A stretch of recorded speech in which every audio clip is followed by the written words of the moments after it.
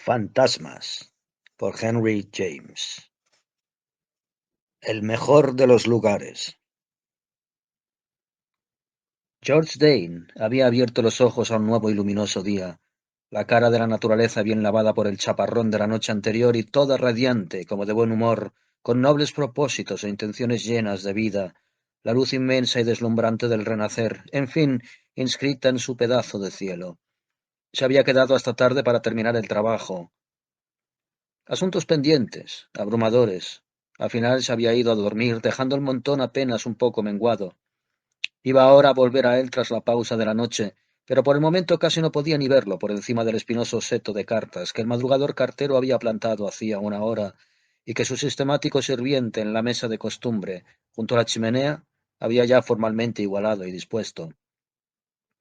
Era demasiado desalmada, la doméstica perfección de Brown. En otra mesa había periódicos, demasiados periódicos. ¿Para qué quería uno tantas noticias? Ordenados con el mismo rigor rutinario, uno encima de otro, con las cabeceras asomando una tras otra, como si fueran una procesión de decapitados. Más periódicos, revistas de toda clase, dobladas y en fajas, formaban un apiñado cúmulo que había ido creciendo durante varios días y del que él había ido cobrando una fatigada, desamparada conciencia. Había libros nuevos, aún empaquetados o desempaquetados, pero sin leer. Libros de editores, libros de autores, libros de amigos, libros de enemigos, libros de su propio librero. Un hombre que daba por sentada. Le parecía a veces cosas inconcebibles. No tocó nada, no se acercó a nada. Solo fijó su vista cansada sobre el trabajo, tal como lo había dejado la noche pasada. La realidad que aún crudamente le amonestaba en su habitación de altas y amplias ventanas, donde el deber proyectaba su dura luz en cada rincón. Era la eterna marea alta, la que subía y subía en cuestión de un solo minuto. Anoche le llegaba a los hombros, ahora le llegaba hasta el cuello. Nada se había ido, nada había pasado de largo mientras dormía, todo se había quedado, nada que aún fuese capaz de sentir había muerto, con tanta naturalidad habríase podido decir. Al contrario, habían nacido muchas cosas. Olvidarse de estas cosas nuevas, olvidarlas del todo y ver si así, por un azar, no resultaba que era esa la mejor manera de tratarlas. Esta fantasía le acarició el rostro durante un momento, como una posible solución, llevando a su piel, como tantas otras veces, la frescura de un soplo de aire. Un momento después volví a saber también, como siempre, lo difícil, lo imposible que era abandonar, que el único remedio, la única esponja capaz de absorberlo todo con suavidad, sería ser abandonado, ser olvidado. Pero un hombre que una vez había tenido gusto por la vida, que lo hubiera tenido en todo caso, igual que él, no tenía ahora ningún pretexto para huir de ella. Debía cosechar lo sembrado. Le envolvía una maraña. Había ido a acostarse bajo una red para ver, al despertar, que no se había movido de su sitio. La red era demasiado fina. Las cuerdas se entrelazaban en puntos demasiado próximos, y en cada uno de ellos se formaban un nudo pequeño, un nudo duro y tenso que esta mañana unos dedos cansados, demasiado débiles, demasiado flojos, no podían tocar. Los de nuestro pobre hombre no tocaron nada. Solo se deslizaron significativamente en los bolsillos, mientras su dueño se acercaba a la ventana jadeando sin fuerzas ante el enérgico espectáculo de la naturaleza. Que la naturaleza estuviera ya tan dispuesta era lo más desesperante. Anoche, de madrugada, en las horas pasadas junto a la lámpara, le había proporcionado cierta tranquilidad. Las cortinas del estudio estaban echadas, pero la lluvia se había hecho audible y, en cierto modo, misericordiosa. Un intenso aguacero había limpiado las ventanas, y eso había parecido dar con la solución, con el retraso, la interrupción, con todo lo que, con solo haber durado, habría podido despejar la tierra. Hacer flotar en un mar sin límites los innumerables objetos que entorpecían y estorbaban su paso. Estaba claro que se había soltado la pluma, había sido casi por efecto de la dulce presión que todo aquello le hacía sentir. Al apagar la luz en los cristales había oído el más grato de los silbidos. Había dejado la frase sin terminar, abandonando los papeles como para que en su ímpetu los arrastrase la corriente. Pero ahora, todavía sobre la mesa, quedaban los huesos de la frase, y no todos. Lo único que la corriente había arrastrado y lo que nunca iba a poder recuperar era la mitad perdida con la que habría podido acoplarse para formar una figura. Sin embargo, al final solo pudo dar la espalda a la ventana. El mundo, dentro igual que fuera, estaba en todas partes, y del enorme, espantoso egotismo de su salud y su fuerza no podía uno esperar muestras de tacto o delicadeza. Es más, cuando se dio la vuelta, fue para encontrarse con su sirviente y la absurda solemnidad de 2 telegramas en una bandeja. Brown había tenido que meterlos en la habitación a puntapiés, así él habría podido sacarlos de una patada. Y me dijo usted que le recordara, señor. George Dane había acabado enfadándose. No me recuerdes nada. Pero, señor, usted insistió en que le insistiera. Desesperado, Dane volvió la cara con un temblor patético en absurda discordancia con sus palabras. Si insistes, Brown, te mato. De nuevo se hallaba junto a la ventana. Desde su cuarto piso pude ver, bajo el trompeteo del cielo, el naciente trajín del vasto vecindario. Se había producido un silencio, pero bien sabía que no era que Brown se hubiese ido. Sabía con exactitud cuán erguida sería, estúpida y fervorosamente seguía allí. En un minuto volvió a oír su voz. Pero usted lo sabe, señor, sabe que no consigue acordarse de... Al oír esto, Dane echó chispas de forma literal. Era más de lo que en esos momentos podía aguantar. ¿Que no consigo acordarme, Brown? No consigo olvidar. Eso es lo que me pasa. Brown lo miraba con la ventaja de 18 años, de actitud consecuente. Me temo que no esté usted bien, señor. El señor Brown reflexionó. Ya sé que sonará raro, pero ojalá no estuvieras bien. A lo mejor me servía de excusa. Si no estuviera bien. La confusión de Brown se extendía como el desierto. ¿Para librarse de ellas? Ah, sonó un gemido. El pronombre del plural, cualquier pronombre siempre tan inoportuno. ¿De quién se trata? De esas señoras de las que me habló, las que iban a venir a almorzar. Oh, el pobre hombre se dejó caer en la primera silla y fijó la vista sobre la alfombra durante un rato. Era todo muy tortuoso. ¿Cuántos van a ser, señor? Preguntaba Brown. 50. ¿50, señor? Nuestro amigo desde su silla miraba errante de un lado a otro. Tenía aún sin abrir los telegramas en la mano. Ahora rasgó con brutalidad uno de ellos. Espero con sinceridad que puedas perdonarme si llevo hoy 1:30 a mi querida Lady Mullet. La pobre se está muriendo, leyó a su compañero. Su compañero sopesó. ¿Cuántos van a ser con ella, señor? ¿Con la pobre Lady Mullet? Ni la menor idea. ¿Se está muriendo, señor? Inquirió Brown, como si de ser así fuesen a ser más. Su señor se sorprendió y vio luego que Brown imaginaba una forma de agonía particular. No, solo se muere de ganas de venir. Dane abrió el otro telegrama y de nuevo en voz alta leyó: Lamento muchísimo, pero imposible a las 11. Cuento contigo como mayor favor. A las 2, ahí. ¿Cuántos van a ser con esto, señor? Proseguía imperturbable Brown. Dane estrujó las 2 misivas con energía y las acompañó hasta la papelera donde fueron arrojadas a conciencia.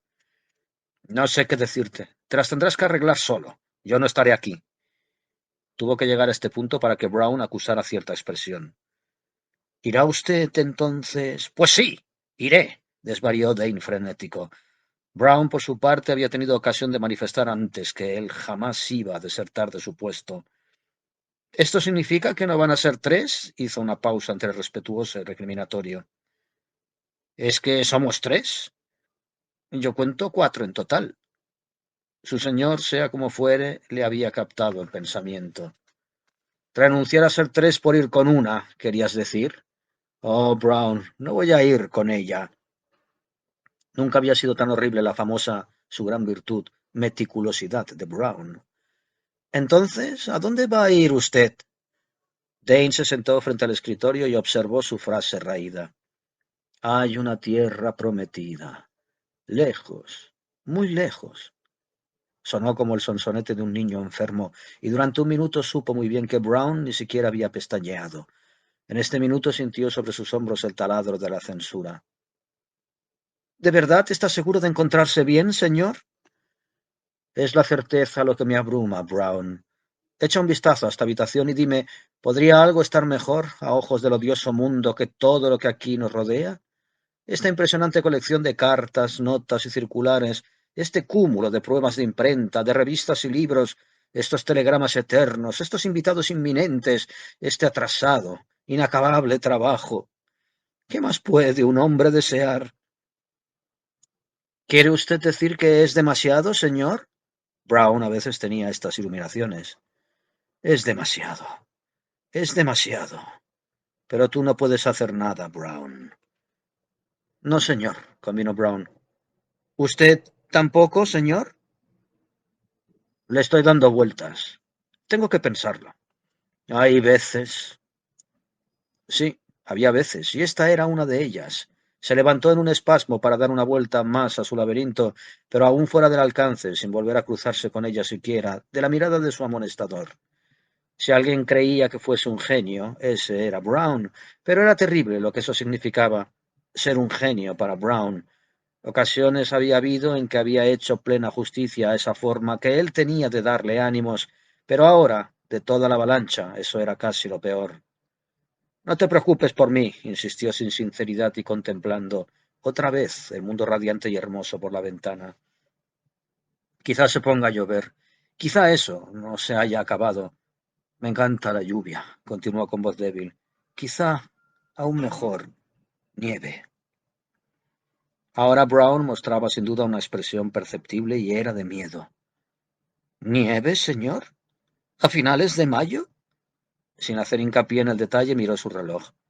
Se sentirá mejor en cuanto haya desayunado. Es posible, dijo Dane, a quien desayunar le pareció en efecto una alternativa mejor que abrir cartas. Voy enseguida. Pero, ¿sin esperar? ¿Sin esperar qué?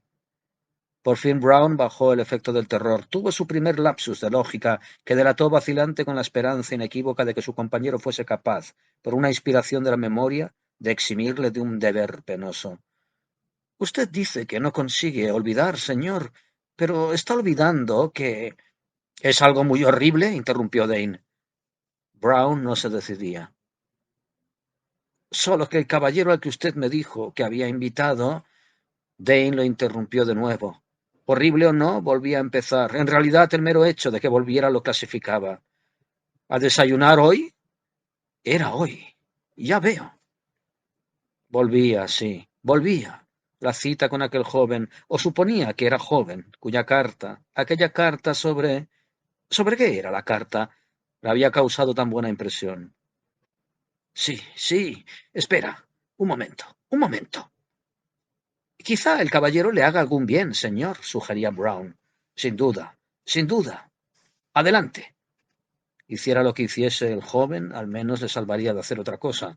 Esta idea se le ocurrió a nuestro amigo mientras Brown se retiraba, al oír la vibración del timbre eléctrico de la entrada. En el corto intervalo que siguió, dos cosas más tuvo presentes: que había olvidado por completo la relación, el origen, la finalidad y el motivo de su invitado, y que él persistía en su disposición de no tocar. No, no iba a mover un solo dedo. Ah, ojalá pudiera no volver a tocar nada jamás. Todos los sellos sin romper y todas las peticiones sin atender siguieron intactos, mientras él, durante una pausa que fue incapaz de medir, permanecía de pie frente a la chimenea con las manos aún en los bolsillos. Oyó un breve intercambio de palabras en el vestíbulo, pero luego nunca recordaría el tiempo invertido por Brown en reaparecer, preceder y anunciar a otra persona, una persona cuyo nombre no consiguió por alguna razón llegar a sus oídos. Brown volvió a salir a ocuparse del desayuno, dejando al invitado y anfitrión frente a frente. La duración de esta primera fase, más adelante, desafió también toda medida, pero eso apenas tuvo importancia, pues en la serie de acontecimientos que siguió llegaron con puntualidad la segunda, la tercera, la cuarta, la rica sucesión de las demás. Aun así, lo que aconteció entonces fue solo que Dane sacó la mano del bolsillo para tendérsela a alguien y sentir cómo se la estrechaban. De este modo, desde luego, si había deseado no volver a tocar nunca nada, ya lo había tocado. Podía llevar allí una semana, en el escenario de su nueva conciencia, y aún no había hablado una sola vez. La ocasión se presentó cuando una de las silenciosas figuras que había estado observando con distracción se le acercó por fin exhibiendo un semblante que era la mejor expresión, para sus sentidos complacidos, pero todavía ligeramente confusos, del encanto general. ¿En qué consistía el encanto general? No era fácil decirlo con palabras. Tal era el abismo de rasgos negativos, la ausencia de rasgos positivos, de todo. Lo más curioso fue que al cabo de un minuto quedó impresionado al ver reflejada su mismísima imagen en aquel su primer contertulio, que había ido a sentarse junto a él en el cómodo banco bajo el pórtico alto y claro y sobre el ancho jardín de confines remotos, en cuyo verdor destacaba sobre todo una superficie de aguas mansas y la blanca nota de antiguas estatuas. La ausencia de Mal se le había aproximado. Un hombre de su edad, del tipo modesto, distinguido y cansado, consistía en realidad, como pronto pudo ver, en la ausencia de todas aquellas cosas que él no deseaba. No quería de momento nada más que estar allí, dejar que las aguas lo empaparan. Todavía estaba bañándose en las aguas profundas, espaciosas de la tranquilidad. Allí permanecían ahora sentados, sumergidos hasta el cuello. No había tenido que hablar, no había tenido que pensar apenas, tampoco había tenido que sentir. Así había estado antes sumergido. ¿Cuándo? ¿Dónde? En otra marea, solo que en aquella marea las aguas estaban revueltas y todo era estertor y convulsión. En esta la corriente era tan tibia y pausada que uno flotaba casi sin moverse, sin sentir escalofríos. El silencio no se quebró de inmediato, aunque lo cierto es que Dane creyó percibir el sonido antes de que se produjera. Podía percibirse por sí mismo, casi sin palabras, el hecho de que él y su compañero eran hermanos y lo que eso significaba. Se preguntaba, aunque no por necesidad de tranquilizar su ánimo, porque necesitar eso era imposible, si su amigo veía en él la misma semejanza, la prueba de paz, la misma garantía de lo que el lugar era capaz de conseguir. La larga tarde tocaba a su fin. Las sombras se alejaban y el arrebol del cielo se hacía más intenso, pero nada cambiaba, nada podía cambiar en el elemento en sí. Era una seguridad toda conciencia. Era una maravilla. Dane se había acostumbrado a vivir en ella, pero aún permanecía inmensamente atento. Habría lamentado perder esa exactitud porque esta única realidad por ahora, la bienaventurada realidad de la conciencia, parecía ser lo más grande de todo.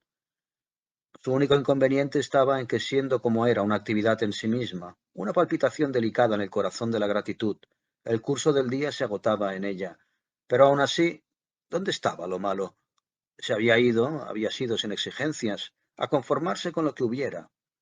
En la zona en que ahora se encontraba el gran claustro, con sus tres lados cerrados y quizá, para su sensibilidad subyugada, el conjunto más grande, más etéreo y hermoso que la mano humana había sido capaz de resolver en dimensiones de longitud y anchura, orientaba hacia el magnífico panorama una galería exterior que se unía al resto del pórtico formando una logia alta y seca, tal como las que pretendía. En su intimidad se engañaba un poco haber visto en la Italia de los viejos tiempos, en antiguas villas, antiguos conventos, antiguas ciudades. Esta disposición que le recordaba la gran morada de una orden, algún apacible monte Cassino, alguna grande Chartres más accesible, constituía su principal término de comparación. Se daba cuenta, sin embargo, de que nunca había visto en realidad en ninguna parte algo tan calculado y generoso a la vez. Tres impresiones en particular le habían acompañado toda la semana, y no podía menos que recordar el efecto feliz que causaban sobre sus nervios. Cómo había llegado a producirse no habría sabido decirlo. De hecho, hasta ese momento, le bastaba con no saber ni las causas ni los pretextos, pero siempre que decidía escuchar con un poco de atención, creía oír a una indefinida distancia un dulce son de lentas campanas. ¿Cómo podían estar tan lejos, siendo tan audibles? ¿Cómo podían estar tan cerca, siendo tan débil su sonido? Y por encima de todo, ¿cómo podían en este lapso de la vida medir con tanta frecuencia el tiempo de las cosas? Lo de veras esencial, la auténtica bendición del cambio experimentado por Dane consistía precisamente en que no había ya tiempo que medir. La sensación se reproducía cuando oía los pasos calmosos que siempre al alcance de su atención vaga marcaban el ocio y el espacio, pasos que parecían en el frescor y la largura de las arcadas caer con levedad y retroceder en la eternidad.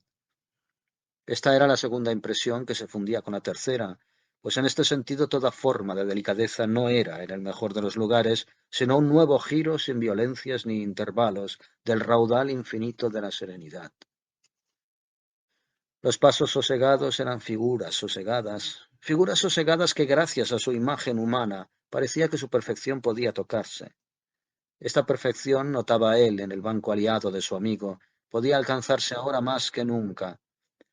Su compañero acabó entonces dirigiéndole una mirada que en nada se parecía a las miradas de sus amigos en los clubs de Londres.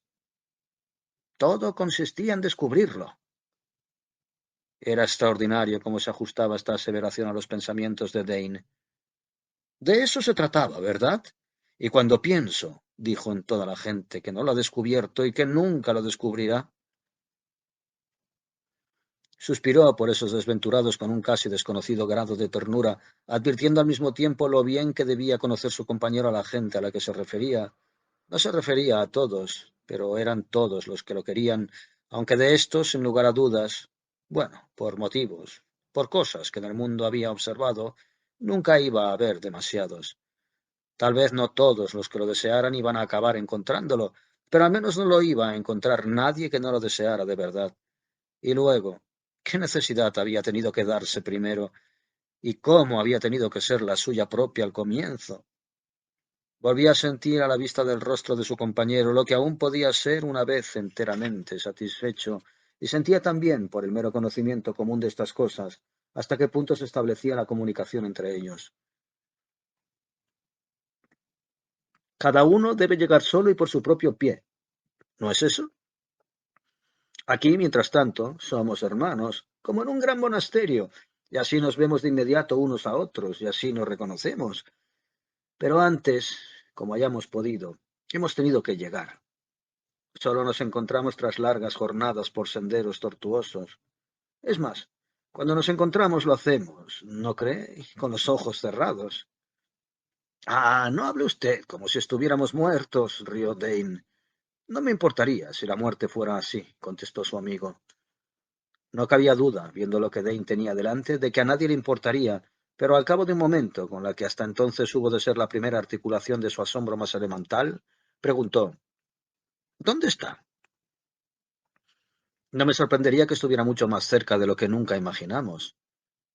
¿Cerca de la ciudad, quiere decir? Cerca de todo, cerca de todos. George Dane caviló. Quizá en alguna parte del sur. Surrey, por ejemplo. Su hermano lo miró con un atisbo de resistencia. ¿Por qué recurrir a los nombres? Debe tener un clima propio, ya ve. Sí, rumió Dane feliz. Sin eso. Con seguridad había vuelto a sentirse abrumado y no pudo reprimir la curiosidad. ¿Qué es? Oh, sin duda forma parte de nuestra tranquilidad y nuestra paz, de nuestro cambio, en mi opinión, el que no lo sepamos en absoluto y que podamos, de hecho, si de eso se trata, darle el nombre de cualquier cosa que nos guste del mundo, de la cosa, por ejemplo, que más nos guste de él. Yo sé qué nombre darle, dijo Dane, tras una breve pausa. Luego, como su amigo atendiera con interés, completó: solo el mejor de los lugares. Comprendo. ¿Qué más se puede decir? Yo me lo he planteado quizá de una forma un poco distinta.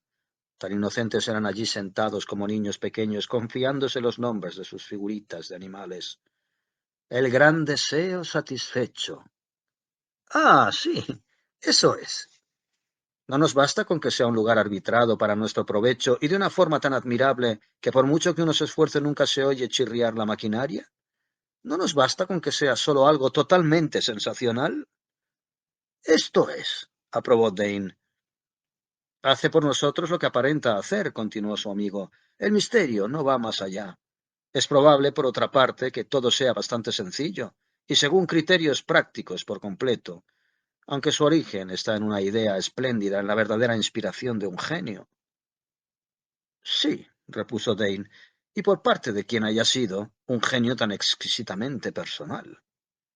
Exacto, como todo lo bueno, parte de la experiencia. El gran deseo sale del alma. He aquí su grandeza. El día en que acudió el alma de la inteligencia oportuna a este querido lugar se constituyó. Además, a la larga siempre se encuentra. Hay que encontrarlo. ¿Y cómo no vamos a hacerlo, al ritmo que crecen cada día más y más las presiones de toda clase? Dane, con las manos entrelazadas en el regazo, penetró en estas sabias palabras. El ritmo de las presiones está creciendo. observó con placidez. Veo bastante bien lo que todo esto le ha hecho a usted, declaró el hermano. Dane sonrió. No habría sido capaz de resistirlo más. No sé qué habría sido de mí. Yo sí sé lo que habría sido de mí. Bueno, es lo mismo. Sí, dijo el compañero de Dane, sin duda es lo mismo.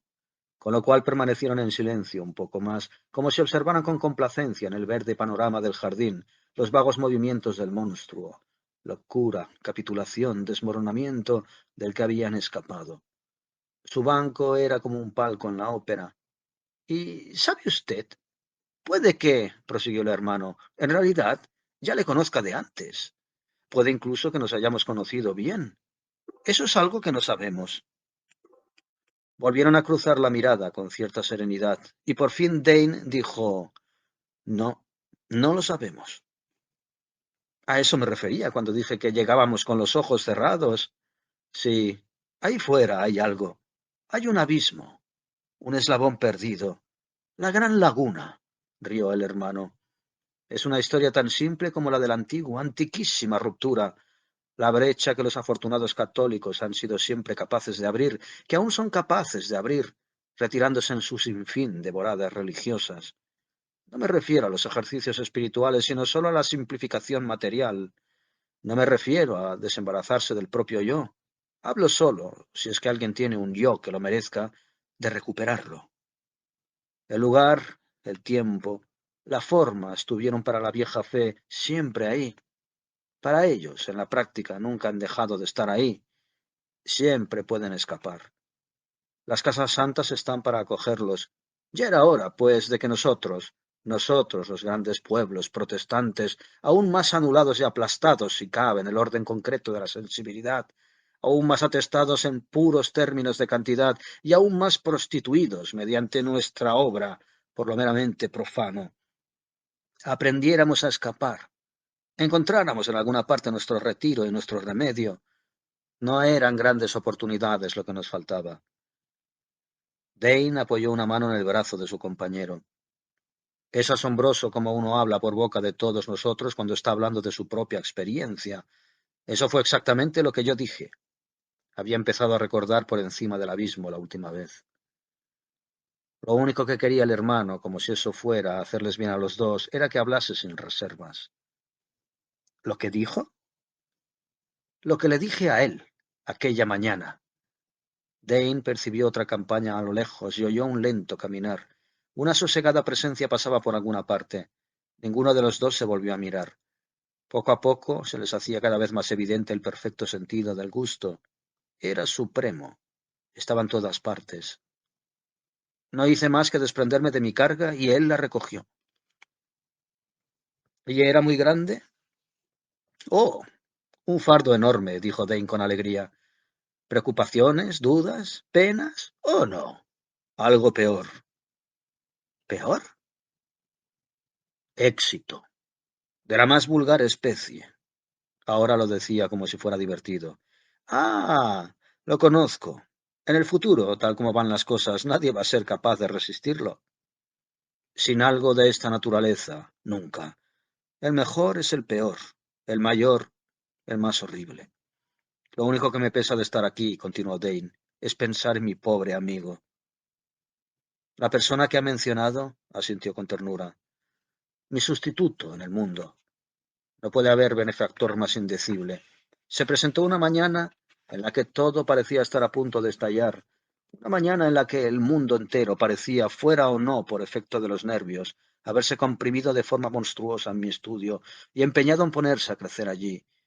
No, no eran los nervios, era solo que todo se había descompuesto, desquiciado, sumergido por completo en la vorágine de nuestro eterno demasiado. No sabía où donner de la tête. No habría sido capaz de dar un paso más. La comprensión con que el hermano escuchaba les hacía parecer niños bebiendo de un mismo tazón. ¿Y entonces recibió el aviso? Lo recibí, suspiró Dane con felicidad. Bueno, todos lo recibimos, aunque yo diría que cada uno a su modo. ¿Ah, sí? ¿Cómo lo recibió usted? El hermano sonrió dubitativo.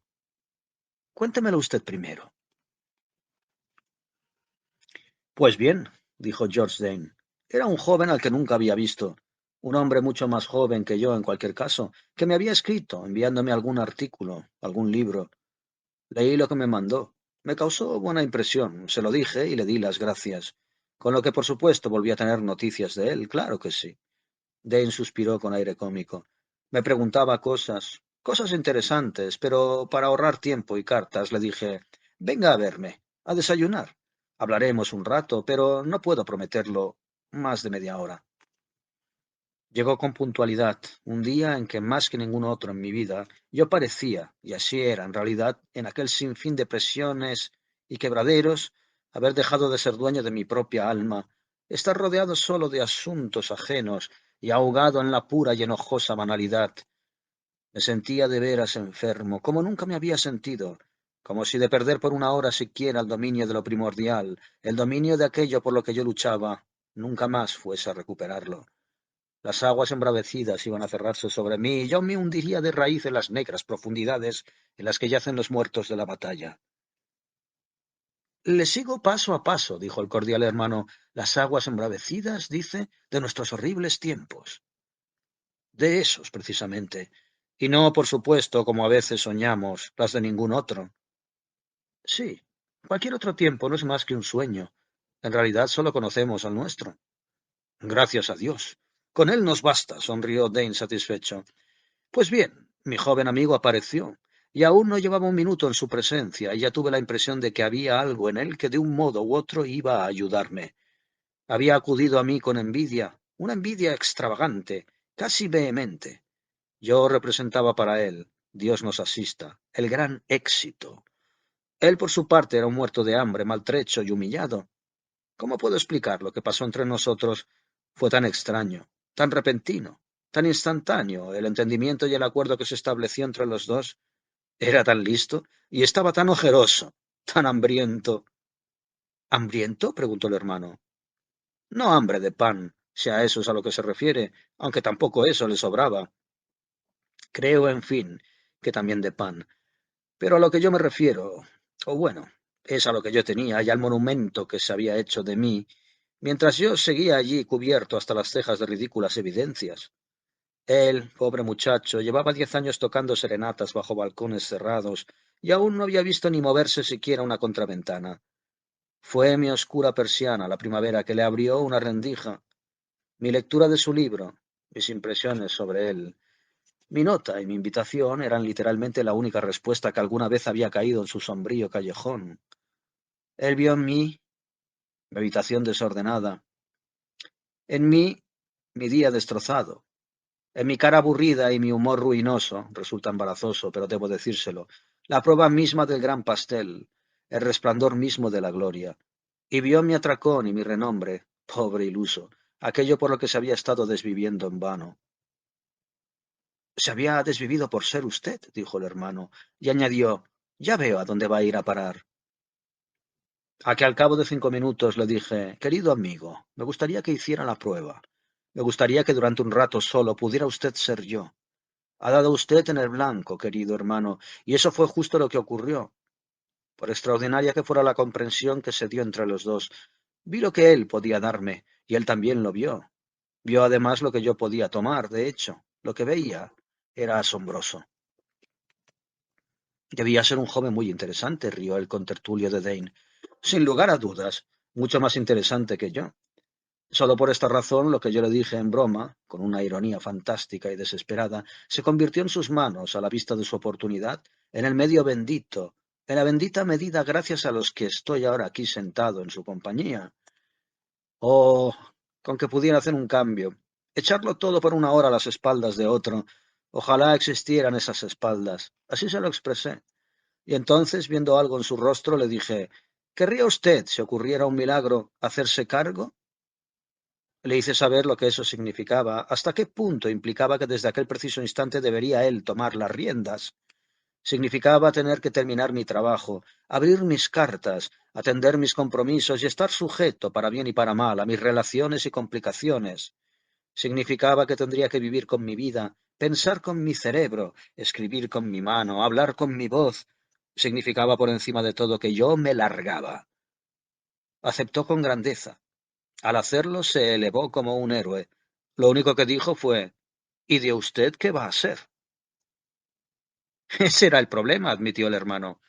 Ah, pero lo fue solo un minuto.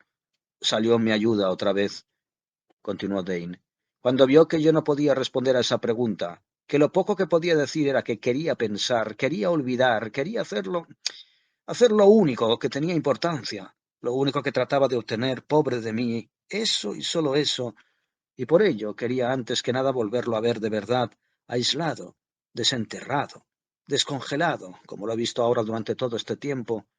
Sé lo que quiere, afirmó con tranquilidad tras una pausa. Ay, lo que yo quiero no existe. Sé lo que quiere, repitió. Entonces empecé a creerle. ¿Tenía usted alguna idea? La atención del hermano palpitaba. Oh, sí, dijo Dane, y era mi idea justo lo que me hacía desesperar. La tenía todo lo definida que podía tenerla en mi imaginación y en mis anhelos, como no la tenía en absoluto, no la tenía en la realidad. Estábamos los dos en el sofá esperando el desayuno. Al poco rato me puso la mano en la rodilla. De pronto una luz magnífica asomó a su rostro, convirtiéndolo en algo, a mis ojos, indescriptiblemente hermoso. Existe, existe, dijo por fin, y así recuerdo que seguimos sentados mirándonos el uno al otro hasta que me di cuenta de que le creía a ciegas. Recuerdo que no fuimos nada solemnes. Los dos sonreíamos con la alegría de unos descubridores. Él estaba tan satisfecho como yo. Estaba tremendamente satisfecho. Así lo vi por su forma de responder a la súplica que no pude reprimir. ¿Dónde está, pues? Dígamelo, por el amor de Dios, dígamelo ahora mismo. El hermano se había sentido tan compenetrado. ¿Y le dio la dirección? Estaba trazando su plan. Lo husmeaba. Le daba caza. Es un hombre de grandes luces. Mientras nosotros estamos aquí pensando remedios y contando chismes, él debe estar haciendo con todo lo que le dejé algo mucho mejor de lo que yo hice jamás. Con solo verle la cara y notar su mano en la rodilla, me di cuenta enseguida de que él no solo conocía mis deseos, sino que estaba más cerca de ellos de lo que habría podido estarlo yo en 10 años. De pronto se levantó de un salto y fue directo a mi escritorio, donde se sentó como si fuera a expedirme una receta o un pasaporte. Fue entonces, a la simple vista de su espalda vuelta hacia mí, cuando tuve la certeza de que el conjuro funcionaba. Me quedé sentado ahí contemplándolo con la sensación más rara, más profunda, más dulce del mundo, la sensación de un dolor que ha cesado. La vida toda se había elevado, o yo al menos, por así decirlo, me sentía despegado del suelo. Él ya estaba donde había estado yo. ¿Y dónde estaba usted? Preguntó el hermano divertido. Siempre ahí, en el sofá, apoyado en el almohadón y sintiendo una deliciosa calma. Él era yo. ¿Y quién era usted? Continuó el hermano. Nadie. Eso era lo gracioso. Eso es lo gracioso, dijo el hermano con un suspiro igual que suave música. Dane repitió el suspiro como un eco, y como ninguno de los dos dijo nada, siguieron uno al lado del otro, observando cómo el amplio y grato paisaje se oscurecía en tibia noche. Al cabo de 3 semanas, en la medida en que el tiempo era contable, Dane empezó a notar que había recuperado algo. Ese algo era lo que ellos jamás nombraban, en parte por no haber necesidad y en parte por no haber palabra, porque ¿cómo describirlo y abarcarlo todo? La única necesidad real era saberlo, verlo en silencio.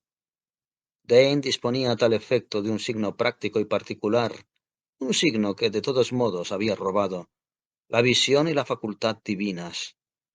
Sin duda era esta una expresión aduladora para la idea que tenía de su genio, y el genio era en cualquier caso lo que había corrido el peligro de perder y lo que al fin había conservado gracias a un hilo que habría podido romperse en cualquier momento. El cambio consistía en que poco a poco su agarre se había vuelto más firme, tanto que tiraba y tiraba cada día más, con una fuerza que confirmaba con placer que el hilo podía resistir. El lugar había trocado su mera dulzura de sueño. Cada vez más era un mundo de razón y de orden, de concierto juicioso y visible.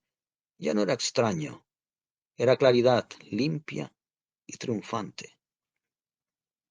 Dane no fomentaba, sin embargo, sino de un modo vago, la incógnita de su emplazamiento, pensando no estar lejos de la verdad si creía que, de no encontrarse en Kent, tal vez se encontraba en Hampshire. Pagaba por todo, pero esto no era lo importante. El pago no había tardado en darse cuenta, era efectivo. Se realizaba mediante soberanos y chelines, iguales a los del mundo que había dejado, solo que aquí el dispendio era más extático. Que él confiaba en su habitación a un recipiente fijo que uno de los discretos, borrosos agentes, sombras proyectadas sobre las horas como la marcha insonora del reloj de sol, vaciaba cuando él no estaba. La escena tenía muchísimas facetas que recordaban y semejaban a otras tantas, y una percepción complacida y resignada de tales cosas constituía el efecto tanto como la causa de su elegancia. Dane extraía de su confuso pasado una docena de símiles vacilantes. El sacro y silencioso convento era uno de ellos, otro era la luminosa casa de campo. No era una afrenta compararlo con un hotel, incluso una vez se permitió notar que recordaba a un club. Tales imágenes, no obstante, apenas eran una luz fugaz, una luz que apenas duraba sino para alumbrar las diferencias. Un hotel sin ruidos, un club sin periódicos, cuando sus ojos veían todo lo que era sin, la visión se le abría de par en par. La única aproximación a una verdadera analogía estaba en sí mismo y en sus compañeros. Eran hermanos, huéspedes, socios. Eran incluso, si se quería, y a ellos les traía sin cuidado lo que se les llamara, residentes internos. No eran ellos los que imponían las condiciones, sino las condiciones las que los imponían a ellos. Estas condiciones, por supuesto, se aceptaban con un aprecio, con un arrobo, sería mejor decir, que procedía como el aire mismo que las impregnaba y la fuerza que las sostenía de su noble y tranquila confianza. Se combinaban para integrar la idea magnífica y simple de un refugio general, la imagen de un cálido abrazo, de un pródigo acomodo. ¿En qué consistía en realidad el efecto sino en la poetización, gracias a un gusto perfecto, de un modelo harto común? No es que se produjera cada día un milagro en el gusto perfecto con la ayuda del espacio. Allí estaba el secreto. Por otra parte, pensaba Dane, por debajo y por encima de todo aquello lo que subsistía era una inspiración original, pero inveterada, sin agotar, una idea feliz nacida en el seno de un ser individual. De alguna parte, de alguna manera había nacido, había tenido que empeñarse en nacer, la bendita concepción. El autor podía permanecer en la sombra, porque esto formaba parte de la perfección, un servicio personal tan discreto y metódico que uno apenas lo sorprendía trabajando y que sólo por sus resultados podía conocer. A pesar de ello, esa inteligencia superior estaba en todas partes, todo estaba centrado de un modo infalible en el núcleo de una conciencia. ¿Y qué conciencia había tenido que ser? Pensaba Dane, cuán parecida a la suya. Aquella inteligencia superior había sentido, había sufrido. Luego, para todo el atribulado conjunto de inteligencias, la inteligencia superior había visto una oportunidad.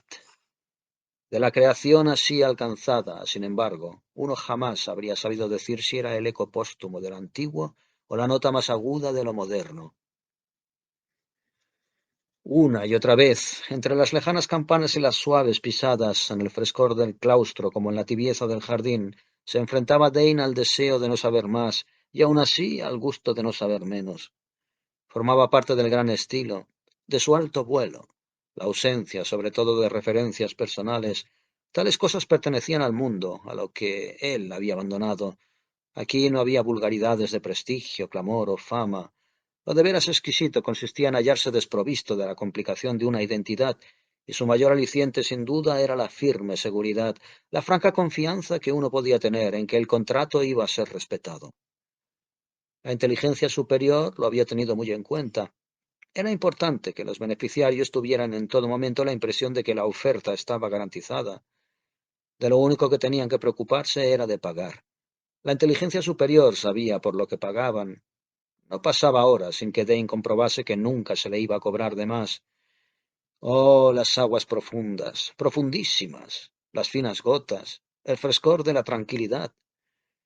He aquí reiteradamente cómo, sometido a un tratamiento regulado, a una cura alemana sublimada, el gráfico nombre de su lujo. La vida interior había renacido, y era ésta, para la gente de su generación, víctimas de la locura moderna, pura extensión y movimiento maníacos, la que le estaba devolviendo la salud.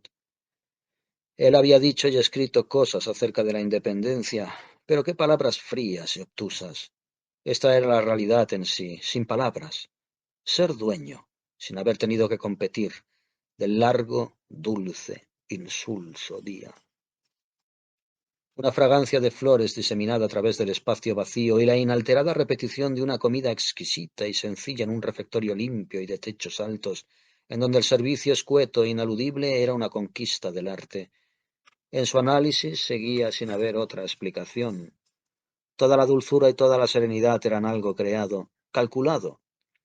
El análisis, de todos modos, él lo efectuaba con la máxima libertad, recreándose positivamente en el residuo de misterio que erigía en honor del gran agente en la sombra, el más sagrado altar del ídolo de un templo. Había a tal efecto raras ocasiones, plácidas meditaciones en el ancho claustro de paz o en algún recodo del jardín donde la brisa soplara con suavidad, siempre que parecía, al pasar, suspenderse y prolongarse un determinado atisbo de belleza o un recordatorio de felicidad. Al principio, cuando se había apoderado de él la emoción pura del cambio, no había hecho distinciones. Se había dejado sumergir, sencillamente, como he dicho, en las silenciosas profundidades. Después, lentas, pausadas, habían llegado las fases de inteligencia y comprensión, más marcadas y más provechosas, tal vez, después de aquella larga conversación al atardecer con su cordial compañero. Estas fases, al parecer, cerraban el proceso poniendo la llave en su mano. Una llave de oro puro, que no era más que la lista de lo anulado. Sin prisas leía dichoso en la riqueza global de su bienestar todas las particulares ausencias que la componían. Una a una, tocaba, así como eran, todas aquellas cosas en las que era tal éxtasis estar. El paraíso de su propia habitación era el mayor deudor de tales cosas. Un aposento grande y hermoso de forma cuadrada, todo embellecido de omisiones, desde cuya altura veía un largo valle hasta un remoto horizonte, y donde la memoria le traía de modo vago y placentero recuerdos de alguna antigua pintura italiana, un Carpaccio o alguno de los primeros toscanos, la representación de un mundo sin periódicos ni cartas, sin telegramas ni fotografías, sin el terrible fatal demasiado. Allí, dichoso él, podía leer y escribir. Allí por encima de todo podía no hacer nada. Podía vivir y gozaba de libertades de toda clase. Había siempre una para cada ocasión en particular. Podía traerse un libro de la biblioteca, podía traerse dos, podía traerse tres. Por algún motivo, pues el encanto del lugar producía este efecto. Nunca quería traerse más. La biblioteca era una bendición, de techos altos, sencilla y despejada como todo lo demás, pero con algo, en la anchura de su arcada, inequívoco, magnífico, alegre. Nunca iba a olvidar, estaba convencido, el pálpito de su percepción inmediata cuando puso en ella los pies por primera vez. Un solo vistazo le bastó para entender que iba a concederle lo que había deseado durante años. Nunca había tenido la libertad de hacerlo, pero allí sí. La sensación de un gran cuenco de plata, en el que las horas fundías podían tomarse a cucharadas. Vagó de una pared a otra, deleitándose demasiado en su aprecio de la situación como para sentarse en algún momento, o elegir, reconociendo sin más todos aquellos viejos y queridos libros que había tenido que aplazar o que nunca había podido releer, todas las voces profundas, inconfundibles de otras épocas que en la baraúnda del mundo había tenido que desoír o dar por perdidas. Por supuesto, no tardó en volver. Volvía cada día. Disfrutó allí de entre todos los singulares y extraños momentos, de los que más rápido se consumían y a la vez más se retenían, momentos en los que cada percepción valía por dos y cada acto del entendimiento era el abrazo de un amante. Fue el recinto que tal vez con el curso de los días hubo de llegar a gustarle más, aunque de hecho lo único que compartía con el resto del lugar, con cada rincón sobre el que pudiera eventualmente posar sus ojos, era el poder de recordarle el esmero magistral de todo el conjunto. Había momentos en que levantaba la vista del libro para perderse en la pura tonalidad del conjunto que nunca dejaba de representarse, en cada instante y en cada rincón. El conjunto nunca dejaba de estar presente, a pesar de estar compuesto de cosas tan comunes.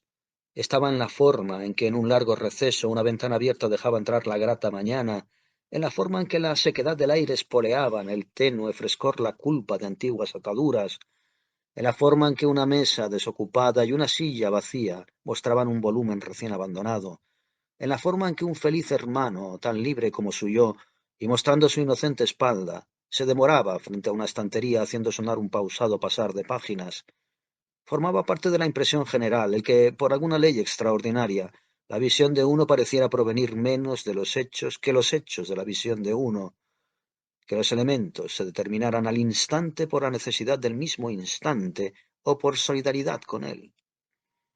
Esta reflexión resultaba tanto más obligada por el grado que Dane alcanzaba al cabo de un rato en su conciencia de estar acompañado. Después de la charla en el banco con el buen hermano, había habido otros buenos hermanos en otros sitios. En el claustro o en el jardín siempre había una figura que se detenía si él se detenía y con la que un saludo representaba con la mayor naturalidad un signo de la amenidad y de la ignorancia santificante. Porque siempre, siempre, en todos y cada uno de los tropiezos había el descanso de un feliz espacio en blanco. Se repitió su experiencia de la primera vez. El amigo era siempre distinto y, sin embargo, esto era divertido, no un engorro. Sugería al mismo tiempo la posibilidad de ser uno anterior pero alterado.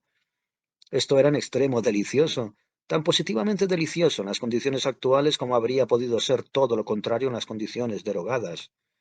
Estas otras, las derogadas, acabaron por volver a Dane, pero con tal facilidad que fue capaz de calibrar con exactitud cada diferencia, y a pesar de lo que se había visto al final obligado a odiar de ellas, en su regreso no hubo terror gracias a una circunstancia que se había producido.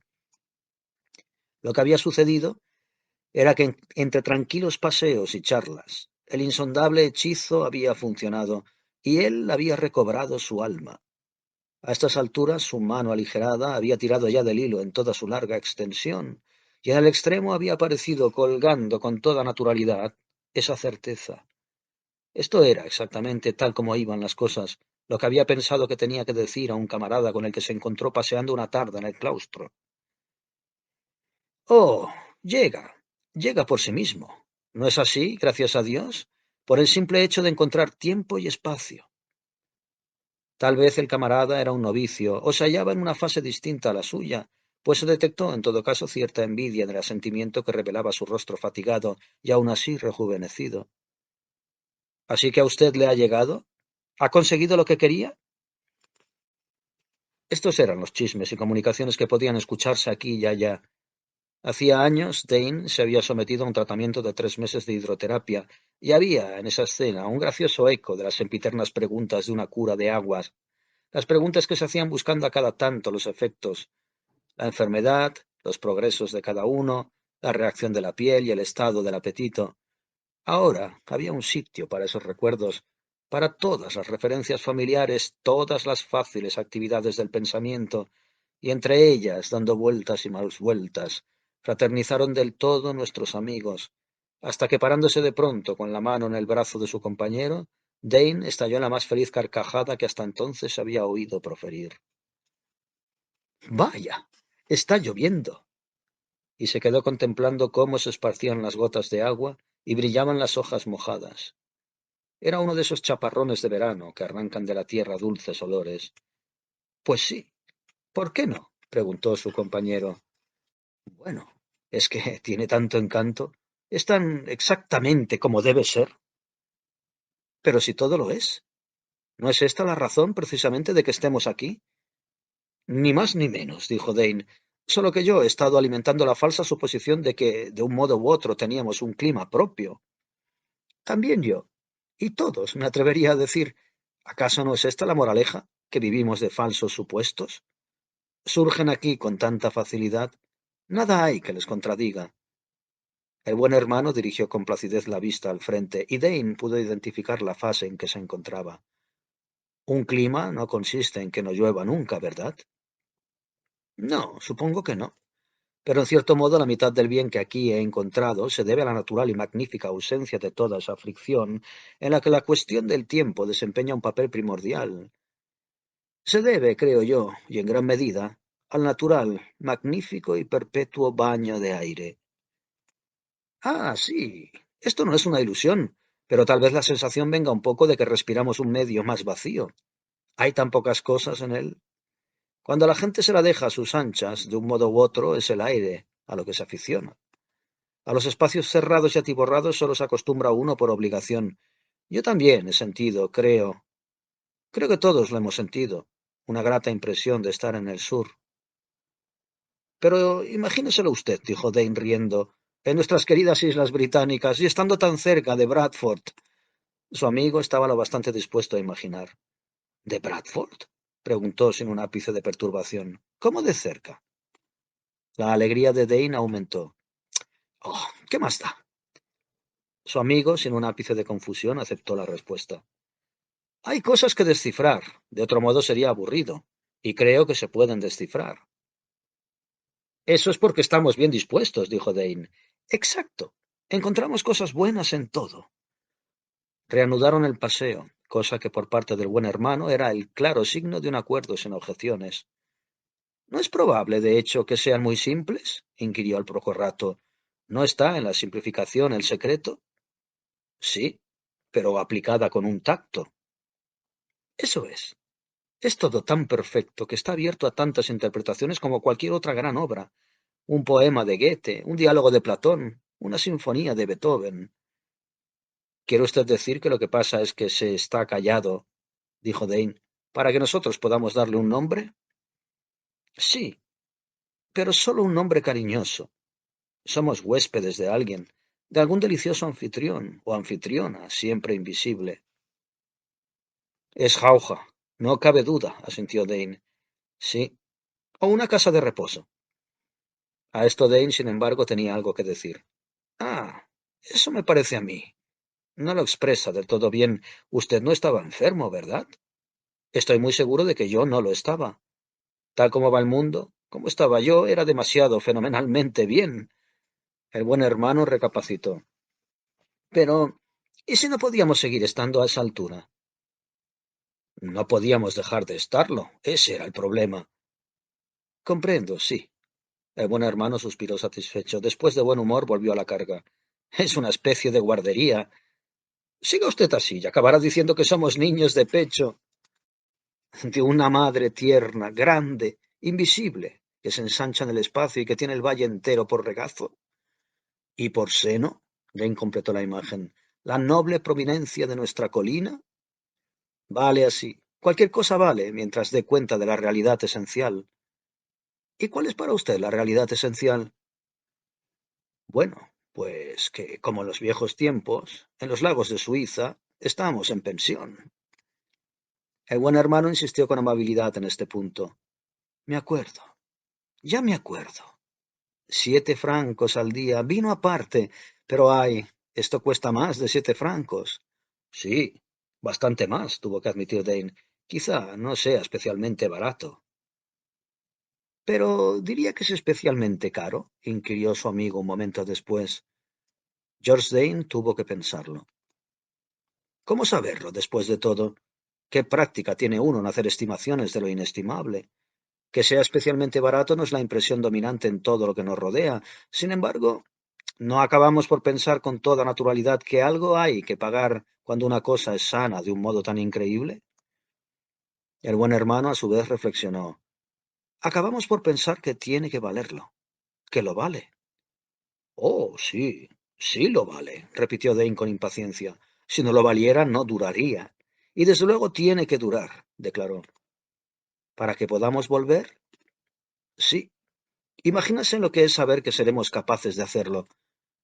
Al decir esto se detuvieron de nuevo mirándose, meditándolo, o en todo caso fingiendo hacerlo, porque lo que de verdad había en su mirada era terror a no acordarse del camino. Oh, cuando volvamos a quererlo, lo encontraremos, dijo el buen hermano.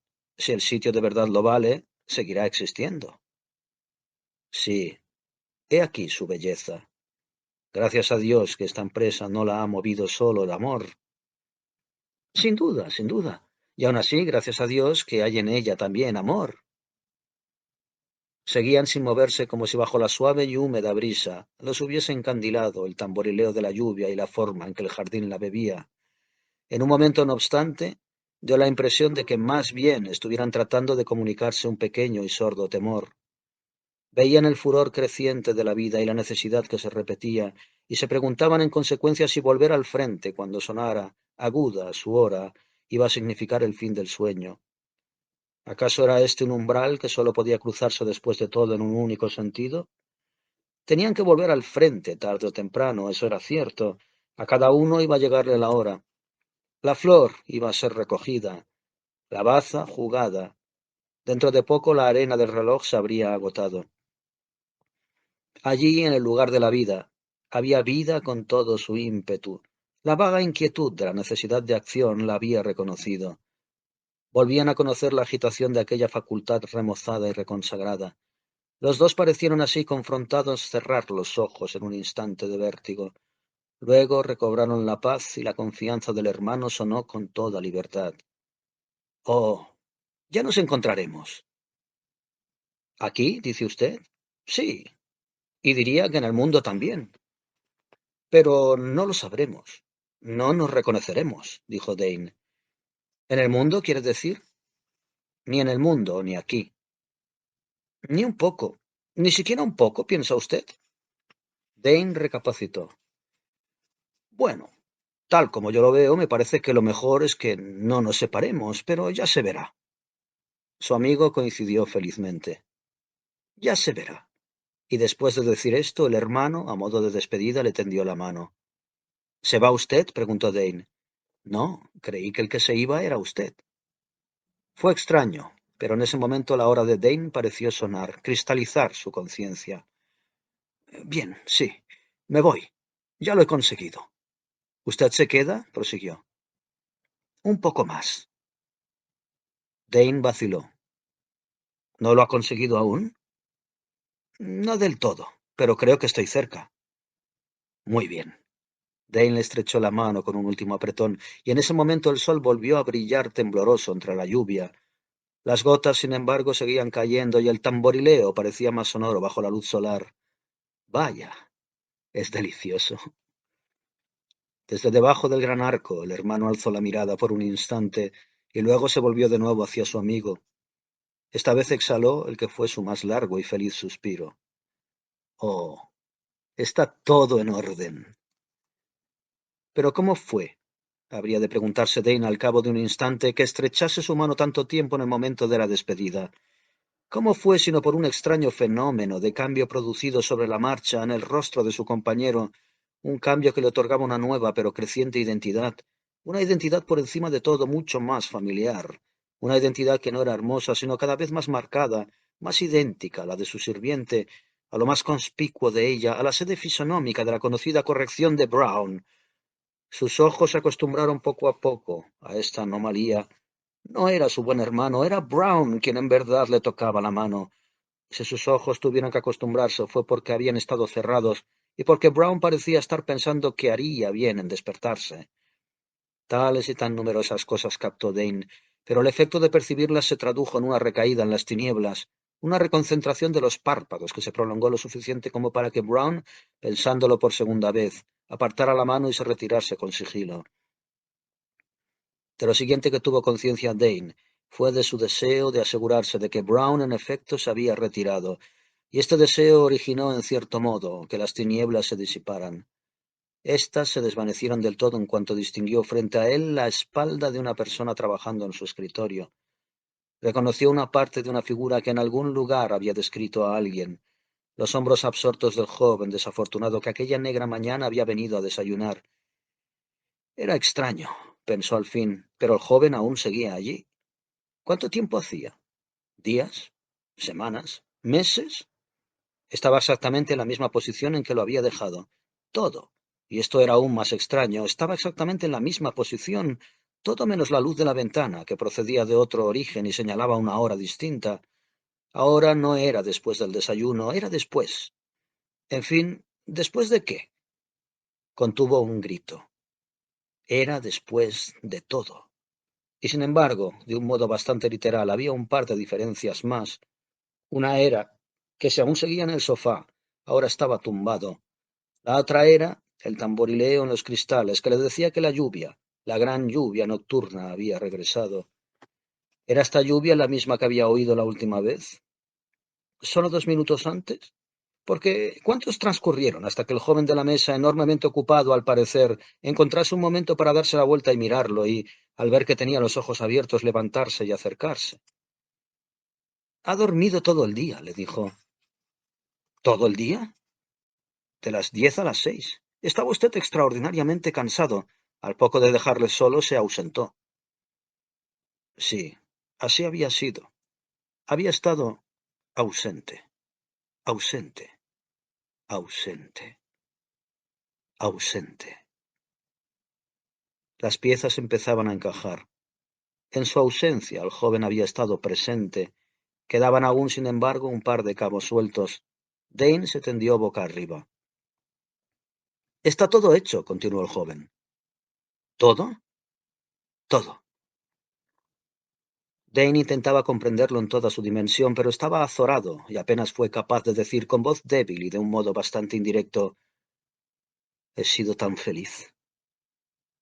«Yo también», dijo el joven. Decididamente esa era la impresión que daba, y al verlo George Dane volvió a asombrarse, y en su asombro lo vio en efecto como otro rostro, por completo distinto, por completo y de un modo inexplicable, el rostro de otra persona. Todos ellos eran en cierto modo otras personas, y mientras se preguntaba qué otra persona era, pues el joven, su benefactor, conmovido de nuevo por su mirada suplicante, rompió en una nueva exclamación de entusiasmo. «Está todo en orden». Ello respondía a la pregunta de Dane.